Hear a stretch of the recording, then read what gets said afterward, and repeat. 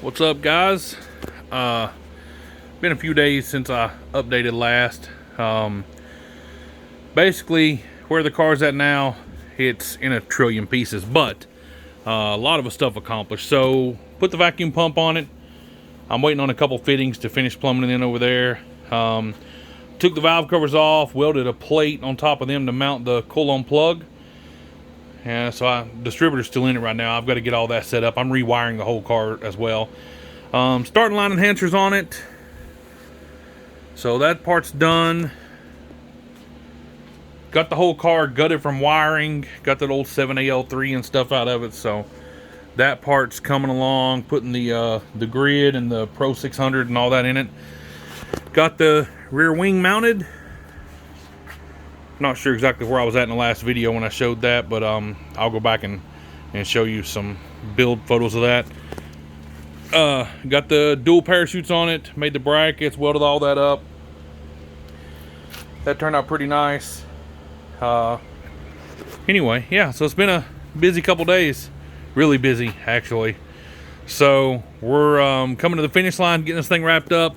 I've got to take the deck lid where the old wing was. I've got to take it and have it, painted and repaired and all that good stuff.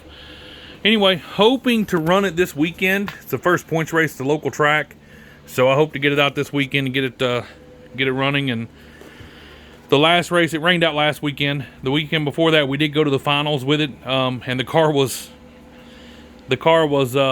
straight out of 1999. I mean, there was no control over timing or anything. It was just, it was what it was. It was even shifting on time. So yeah, we got a lot more control over it now.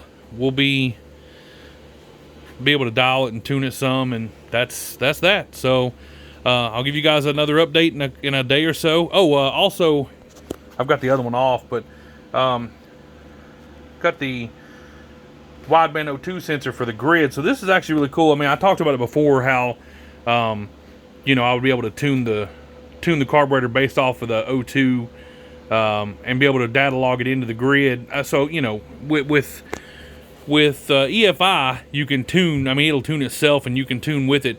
Of course, this being carbureted, I'm still going to have to change jets and all that good stuff. But at least I can see what it's doing, where it's at, jet up or jet down. Once I find a air fuel that it likes, then I can adapt it as we go to other tracks and that kind of stuff. So anyway, I've got the other header off right now, putting that in. It's back there on the bench. So going to get that done, and then after I get that done, get the car wrapped up, going to clean this shop up. I know it's probably killing you guys. It's killing me as well, but I've been scrambling trying to get this thing done before the first points race this week. So no time to clean right now. Got to get it done. Anyway, have a great day. I'll update you guys soon. Later.